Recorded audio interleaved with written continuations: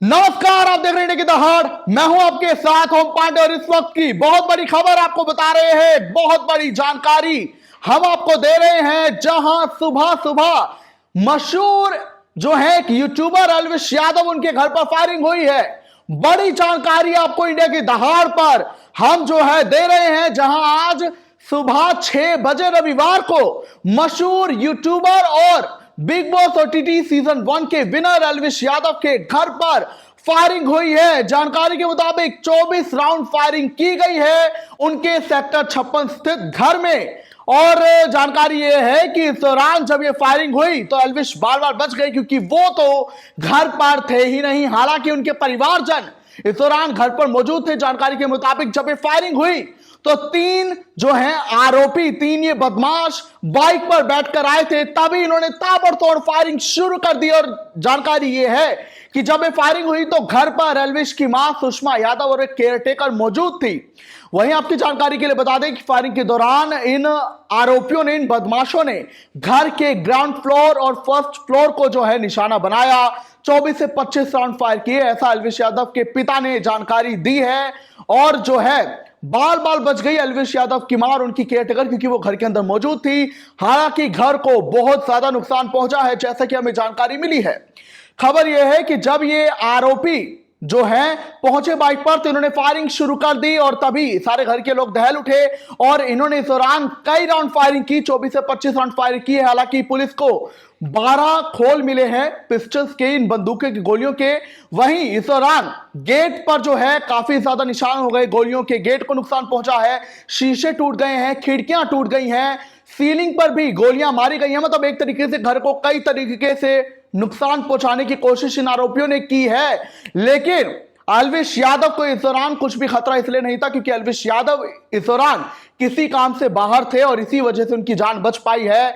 लेकिन यह बड़ी खबर आई है और सुबह सुबह जब ये फायरिंग हुई तो गुरुग्राम पुलिस को जब ये जानकारी मिली, तुरंत गुरुग्राम पुलिस वहां पर पहुंच गई और मामले की जांच शुरू कर दी है। खबर यह है कि जो कुछ भी मौके से, मौके वारदात से पुलिस को मिला है उन्होंने जब्त कर लिया है। जो गोलियों के खोल है वो जब्त किए जा चुके हैं। इसके अलावा वहां पर जो चश्मदीद थे, यानी कि एल्विश की मां और केयरटेकर और उनके पिता का भी बयान लिया गया है और अभी जो है मामले की जांच लगातार जारी है। और एक और बड़ी जानकारी ये है, तो देखिए पुलिस ने कहा है कि जैसे ये शूटर्स, ये आरोपी आए तो जिस हिसाब से और जिस तरीके से इन्होंने प्रोफेशनल फायरिंग की है तो लग रहा है कि कोई प्रोफेशनल शूटर्स है, यानी कि किसी बड़े गैंग से भी जुड़े हो सकते हैं। दूसरी बड़ी वजह यह है कि एल्विश यादव चूंकि फासिलपुरिया के दोस्त हैं तो यह जोड़ा जा रहा है कि शायद जब 14 जुलाई को सिंगर फासिलपुरिया पर हमले की कोशिश की गई थी तो उसी कड़ी में एल्विश यादव को भी निशाना बनाया गया है, क्योंकि जिन लोगों ने फासिलपुरिया पर हमले की जिम्मेदारी ली थी उन्होंने ये कहा था कि अगर फासिलपुरिया ने जो है दीपक नांदल के पैसे जो कि 5 करोड़ हैं नहीं लौटाए तो उनके करीबियों को भी, फासिलपुरिया के करीबियों को भी निशाना बनाया जाएगा। और एल्विश यादव और फासिलपुरिया बहुत ही करीबी दोस्त माने जाते हैं, तो ऐसे में इस हमले को फासिलपुरिया पर जो हमला हुआ था उससे भी जोड़ा जा रहा है कि एल्विश चूंकि फासिलपुरिया के दोस्त हैं, इसी कड़ी में बदमाशों ने भी निशाना बनाया है। लेकिन वो काम से बाहर गए हुए थे, इसीलिए उनकी जान बच गई है। लेकिन खबर यह है कि इस दौरान जो है फायरिंग जब हुई तो पूरा इलाका दहल उठा, क्योंकि देखिए 24 से 25 राउंड फायर बहुत होते हैं और घर के शीशों को नुकसान पहुंचा है, घर के दरवाजा को नुकसान पहुंचा है, सीलिंग को नुकसान पहुंचा है, दरवाजा को नुकसान पहुंचा है, यानी कि घर को बहुत तरीके से नुकसान पहुंचाने की कोशिश की गई है।